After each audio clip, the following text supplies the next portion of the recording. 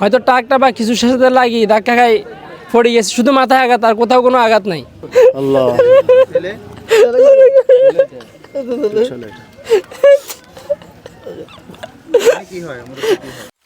Noakhali Times, দৃষ্টি জুড়ে বাংলাদেশ।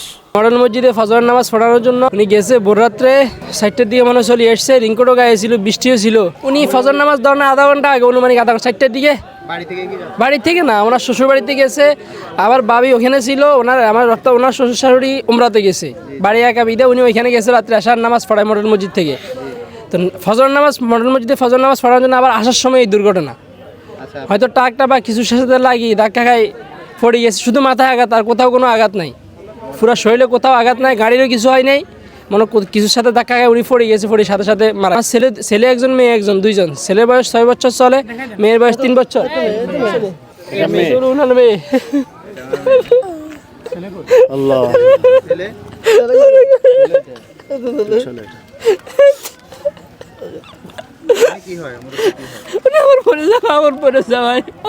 উনি ইমাম সাহেবের ভগ্নিপতি না? আমার শালা গত রাত্রে মডেল মসজিদ থেকে এশারে নামাজ শেষ করে তার শ্বশুরবাড়িতে গেছে। তার শ্বশুর শাশুড়ি গত সোমবারে উমরা করার জন্য সৌদিতে গেছে। ওনার ওয়াইফ ছিল ওই বাড়িতে, এই জন্য উনি রাত্রে ওইখানে থাকার জন্য গেছে, সে একা। তো ফজরের নামাজ পড়ানোর জন্য উনি মডেল মসজিদে আসার পথে, তার শ্বশুরবাড়ির থেকে আসার পথে রোড অ্যাক্সিডেন্টে দুনিয়ার মায়া ত্যাগ করে চলে গেছে।